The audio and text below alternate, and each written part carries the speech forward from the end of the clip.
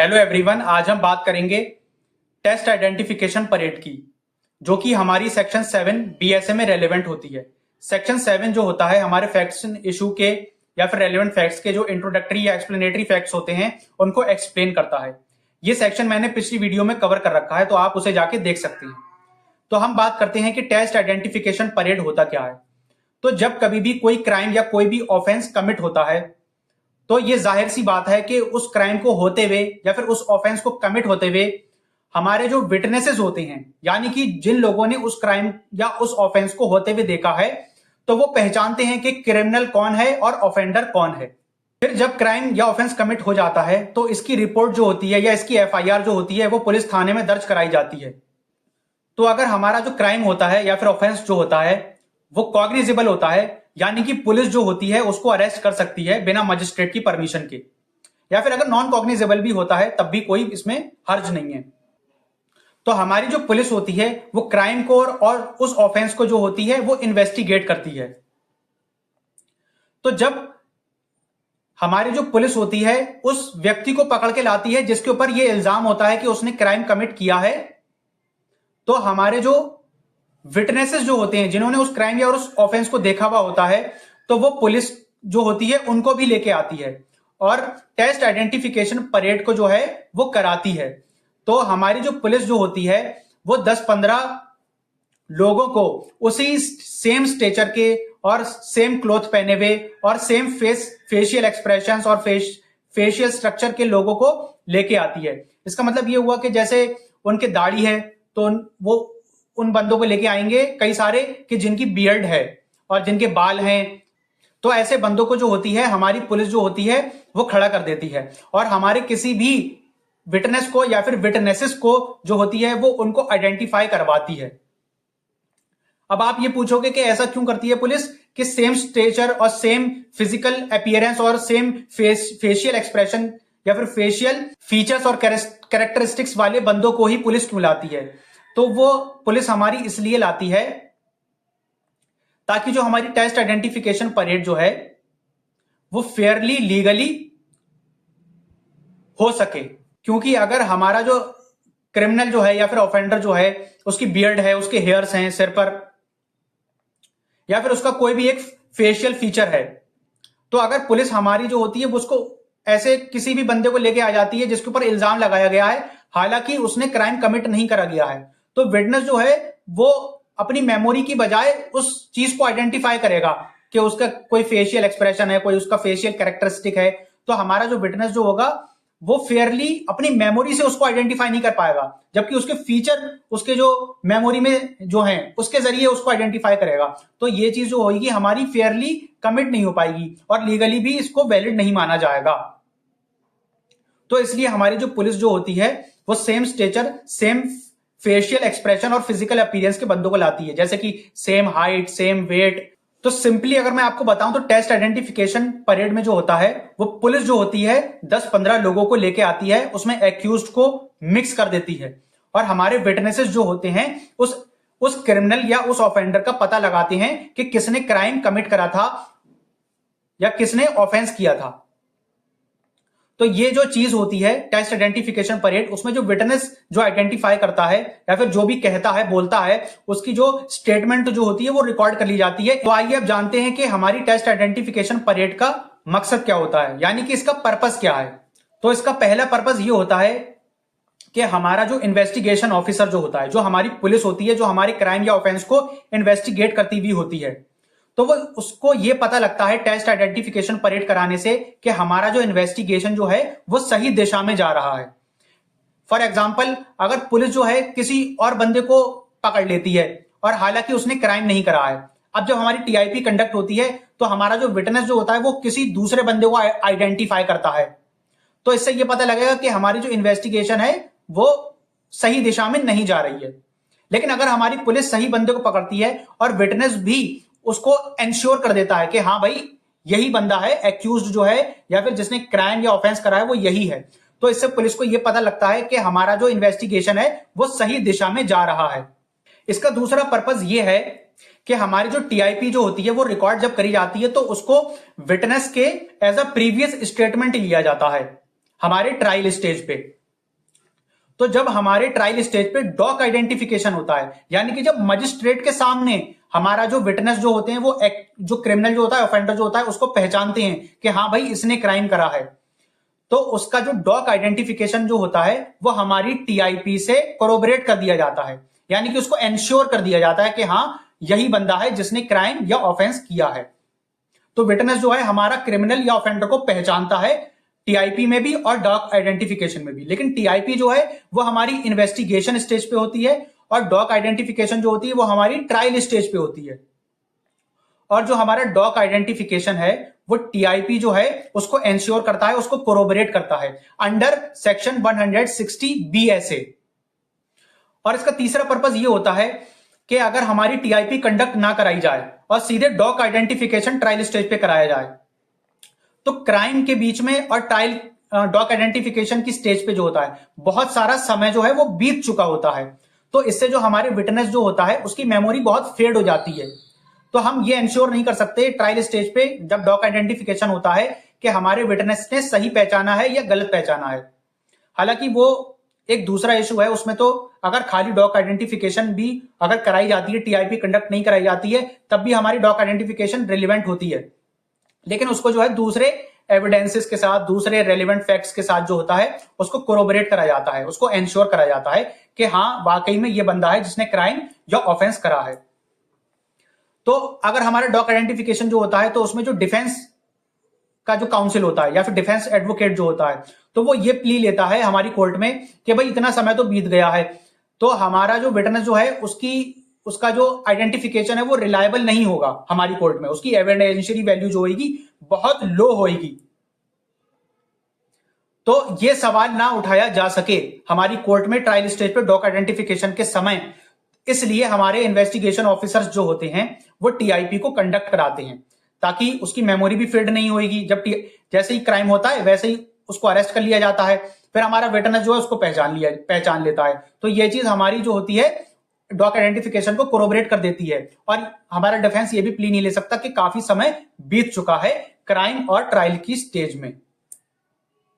तो ये तो हमारे 3 पर्पसेस हो गए हमारे टेस्ट आइडेंटिफिकेशन परेड के। अब हमारा इसमें एक बहुत इंपॉर्टेंट पॉइंट आता है, हमारा जो टेस्ट आइडेंटिफिकेशन परेड जो होता है वो पुलिस के सामने नहीं होती है।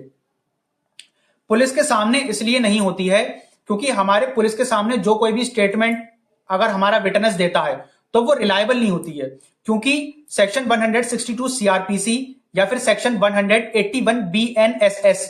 के अगर हमारी पुलिस के सामने कोई भी स्टेटमेंट दी जाती है तो वो हमारी जो है कोरोबरेशन के लिए काम नहीं आ सकती, लेकिन वो हमारी कॉन्ट्राडिक्शन और एज अ डाइंग डिक्लेरेशन तो काम आ सकती है, इन पर्पसेस के लिए तो काम आ सकती है, लेकिन उसको हम डॉक आइडेंटिफिकेशन को कोरोबरेट नहीं कर सकते क्योंकि वो पुलिस स्टेटमेंट हो जाएगी। तो इस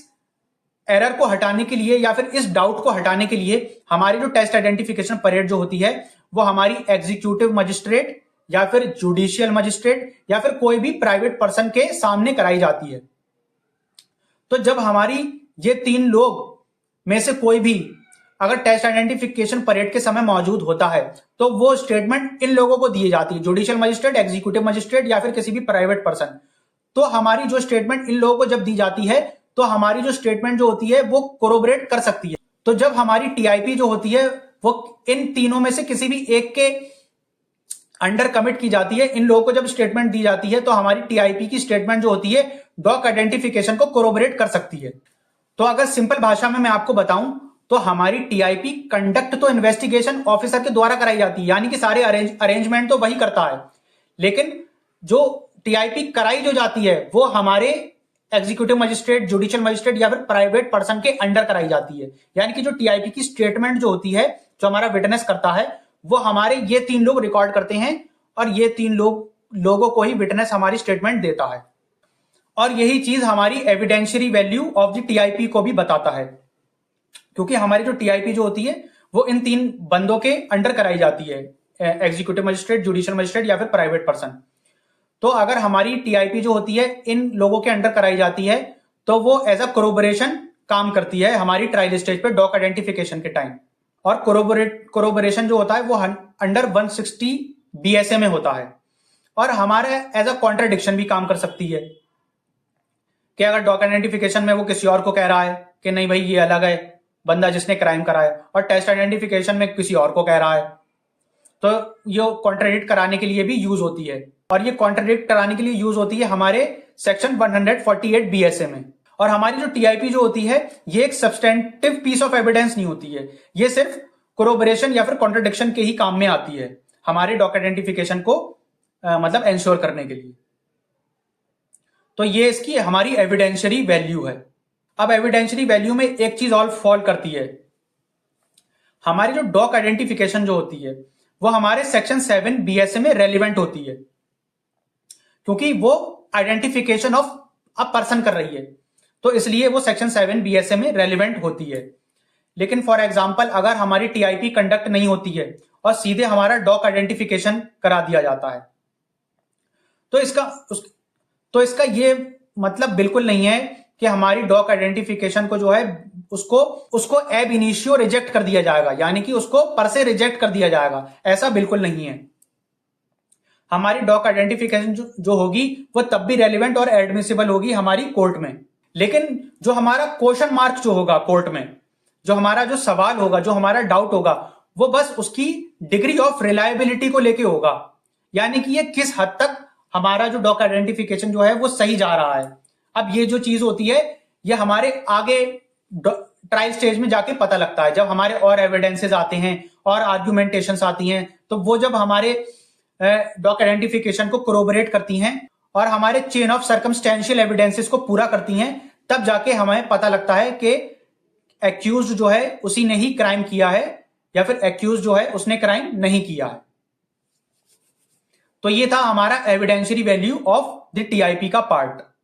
अब हम आगे चलते हैं हमारे टीआईपी के सेफगार्ड्स, यानी कि टीआईपी कंडक्ट कराते हुए कौन कौन से सेफगार्ड्स जो हैं वो हमारे मजिस्ट्रेट्स को, प्राइवेट पर्सन को और हमारी पुलिस को ध्यान में रखने चाहिए। तो इसका पहला सेफगार्ड ये है कि टीआईपी जो है हमारी पुलिस के सामने कंडक्ट नहीं कराई जाएगी, क्योंकि ये सेक्शन 162 सीआरपीसी में बार्ड है या फिर सेक्शन 181 बीएनएसएस में। दूसरा सेफगार्ड ये है कि हमारी टीआईपी जो है वो एज सून एज पॉसिबल कराई जाना चाहिए, ताकि हमारे विटनेस की जो है मेमोरी फेड ना हो और हमारी जो टीआईपी जो है वो फेयर लीगल हो सके। तीसरा सेफगार्ड ये है कि हमारा जो एक्यूज्ड जो है वो पब्लिक प्लेसेस में ना अपीयर हो अरेस्ट के बाद, मतलब टीआईपी कंडक्ट कराने से पहले जो है वो हमारे पब्लिक प्लेसेस में अपीयर ना हो, उसका न्यूज़पेपर मीडिया में कोई भी प्रोजेक्शन ना हो, क्योंकि अगर हमारा विटनेस उसको टीवी पे देख लेता है,